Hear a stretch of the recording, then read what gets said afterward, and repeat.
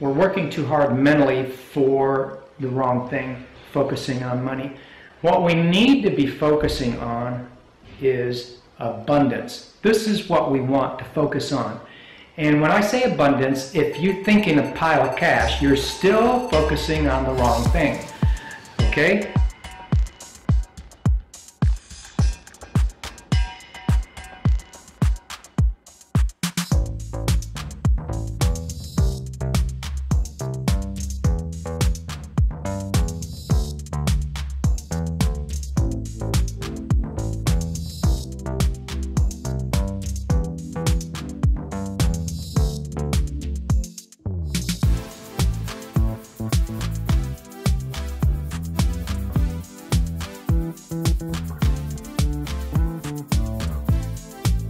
I'm just saying there isn't only one way of doing things, and when a person is listening to people talk about how to get ahead in life, be careful who you're listening to, because you know the advice doesn't necessarily apply to everyone on an even basis.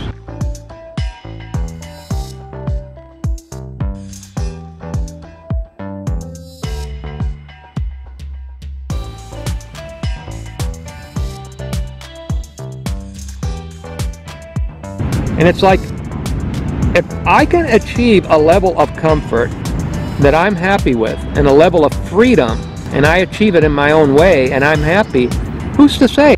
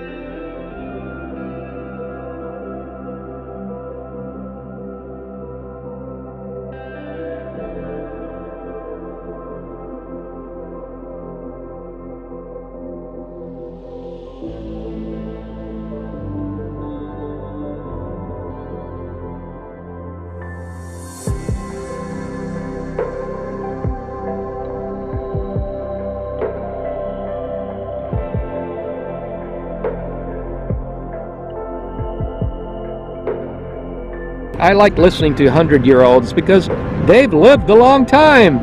And I love listening to 100-year-olds that have been happy. I was listening to this guy that has been retired.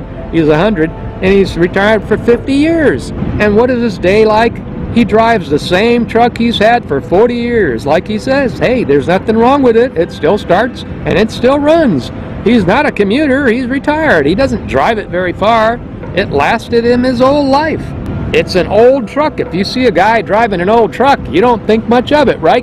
We all want to watch the millionaires on YouTube with their yachts and their million-dollar cars and all that, but this guy is super happy, and he's not only has the same truck, he's in the same house he's been in the whole 50 years. So he lives in this little older home that's well kept. But every day he has the routine, and he does something he enjoys every single day, and he's happy, and he's married to the same woman, and they enjoy each other's company.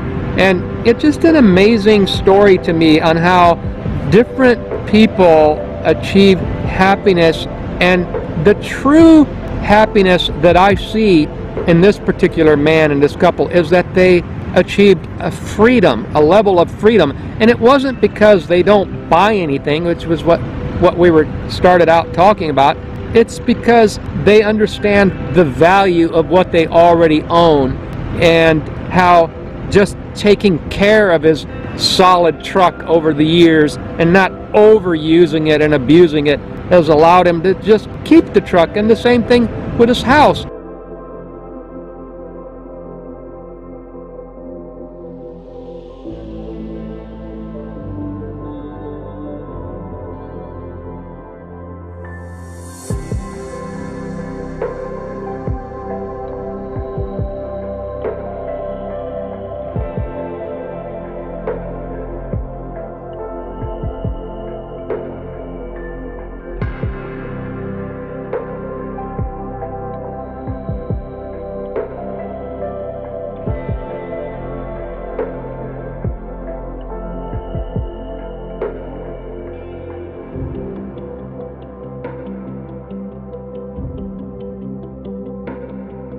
buy a fixer-upper. It is something that we did, and it is something that when you look at the complete picture of this idea is that you, number one, you remove the need to have to pay rent. Number two, you remove the need to have huge mortgages because you're going to pay cash for a fixer-upper without any mortgage. And number three, it's an additional form of a buffer where you aren't trying to be Mr. Real Estate Man like a lot of these channels talk about. Nothing wrong with business and real estate. I'm just saying that we're getting into this space from a different angle. And this is one way to do it. So I'm not telling you that it's the only way, but that this one way that we did it, and we were able to achieve a work-life balance and happiness and enjoyment of every single day of your life.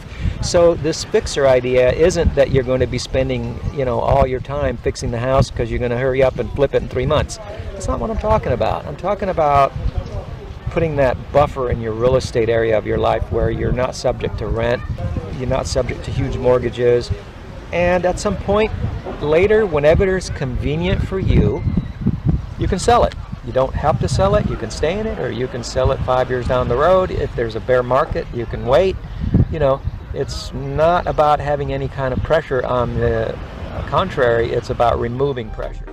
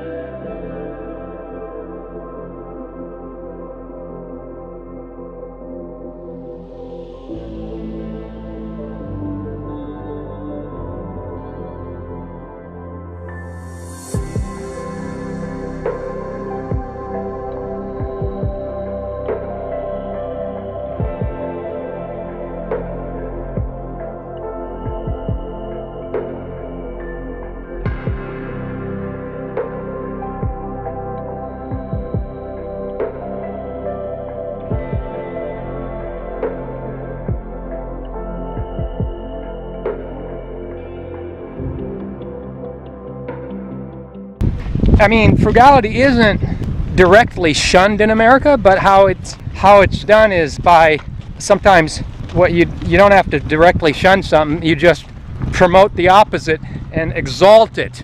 You exalt the opposite of frugality, which would be spendthrift, consumerism, and just debt-based lifestyles. And that's what's exalted when you see around. That's what, you know, is. But I think that times have changed, are changing, and if you're in that category where you understand and you know, and some of you, it's you haven't had too much of a choice. If you can help it, you want to be ahead of the crowd. You don't want to be forced into something. And as we've been doing this for over 3 decades, we have a lot of insight to share, and we can certainly give good insight and direction to people.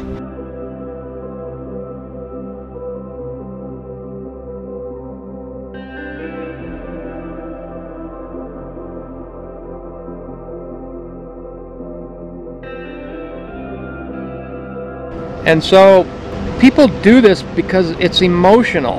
It makes one feel good, but it leads to, even if you have an endless supply of money, emptiness. It leads to feeling dissatisfied. And the ancient scriptures call it the deceitfulness of riches. And that's something that's not talked about much.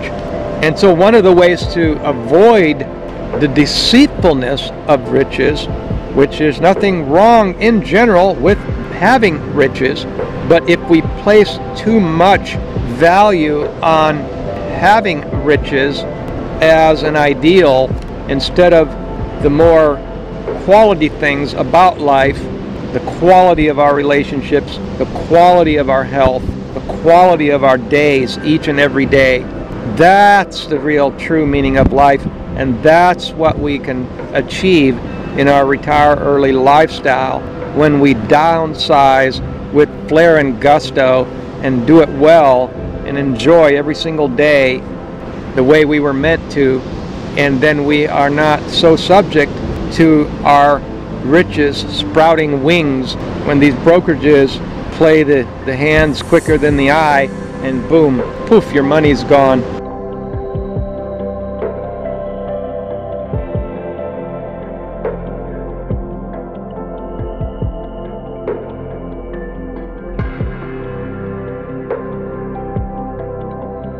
To me, when I talk of simple living, I mean an uncomplicated life. It doesn't mean I'm not achieving whatever it is I want to be doing, or that I don't have any goals, or that I don't have anything that I want to do, or any new things I want to enjoy or test or try, or like we decided to go abroad and have experiences. We've used simple living for everything we've done in life. We used simple living when we were homesteaders, and yet we had a house with a pool. Simple living to me sounds like minimalism, and we're not minimalists. We're not minimalists, yet when it's practical we use minimalism. But we don't subscribe to the concept of minimalism simply for the ideal of being able to carry the label of minimalist. When somebody first jumps off the treadmill and retires, the first few years, of course, are going to be an endless vacation, but that gets tiring and boring. When we look further into this idea of retirement, what we really mean, and it's just the beginning, it's the beginning of a new chapter in your life. And simple living simply means that we aren't going to complicate our lives.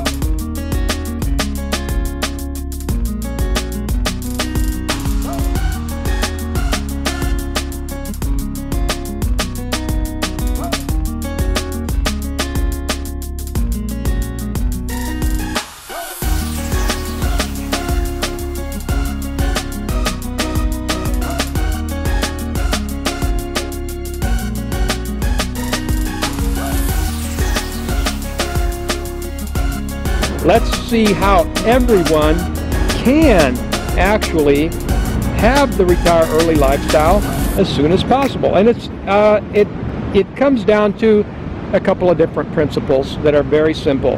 And one of them is, the very first principle is, you've got to definitely make it part of who you are as someone that is not a spender. Not a consumer, not a spender. You need to be smart, frugal, and happy. So you find a way to be frugal and be happy as that frugal person. In other words, your identity, has to become that of a person that seeks value in life rather than someone that seeks enjoyment out of spending.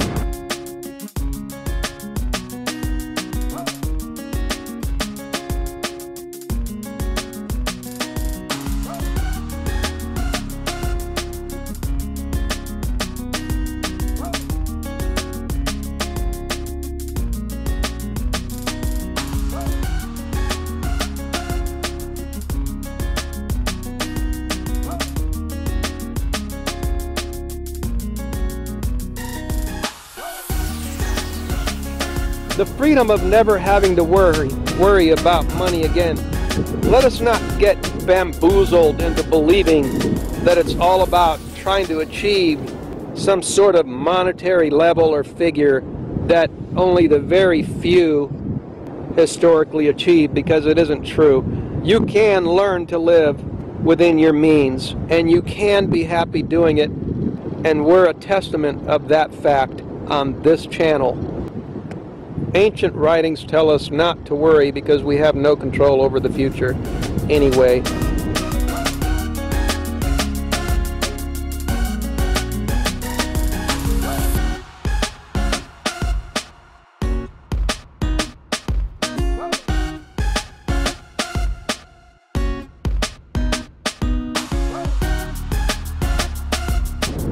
shouldn't be worrying, we should be doing something about our situation. So other ways of not worrying about money: absolutely stay out of debt. Don't make financial commitments. Don't make promises what you'll pay people, that things may change. Our personal liberty is, it may sound like a long-term thing, but it's actually one day at a time. Our liberty is one day at a time. So we don't have any control over, you know, like next week, next year, what's going to happen. And the past is gone. Every single day we have that one day. And that day, you either have liberty or you don't. And so you wouldn't want to have like a long-term commitment like a mortgage, because it's interfering with your daily liberty. You see, for example, if you wanted to keep your daily liberty today, therefore you wouldn't make a promise of paying something that you couldn't pay off today.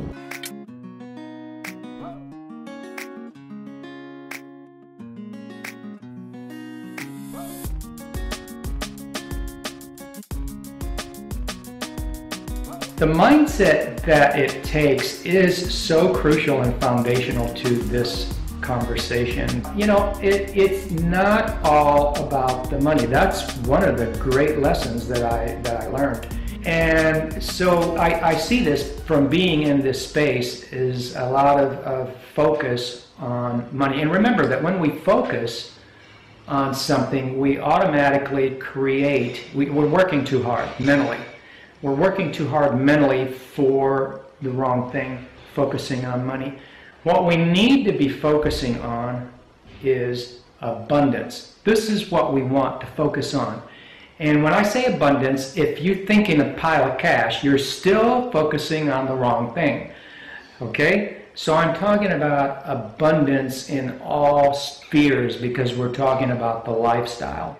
Our vision of the abundance needs to get wider. You see all these videos online, oh, I made all this money, listen to me. Or you also see, people in the fire community, they parade figures around like, this is the achievement, this is the figure. We say don't go for figure. Clearly, figures are important. I'm not minimizing and sweeping them under the rug. Money's important. I'm not saying it's not. I am saying that the mindset needs to shift its focus from the money specifically to abundance into the picture, where it morphs into the picture of the lifestyle that you want. And I know that you're saying, yeah, but I need money. But when you put this abundance mindset in its place and start taking your focus off that pile of cash, and you start saying, well, I want time abundance. I want time abundance because I want to spend more time with my family, because I want to travel, because I want to have fun every day. I want to have more hobbies. Okay, so now your mind will start tuning in to the information, whereas before it's like a horse with blinders on. You're focusing right there, and if you want to achieve something, that focus is important. But I'm saying that the focus is misplaced when we're looking at the lifestyle right now. Okay? So yeah, if you want to achieve $1 million, $2 million in 20 years, then put your nose to the grindstone, put your blinders on, and delay your gratification and wait 20 years and you'll get there. But that's not what we're talking about. So, abundance is already out there. That's the second principle. By the way, abundance also does mean material abundance. Let's not be confused. We're not talking about minimalism or extreme frugality, which we'll talk about later. So we're talking about a more comprehensive abundance in all spheres of your life. So, the world won't deliver it on a silver platter to you. We need to be ready to receive this type of abundance, and the way we do it is by changing our mindset.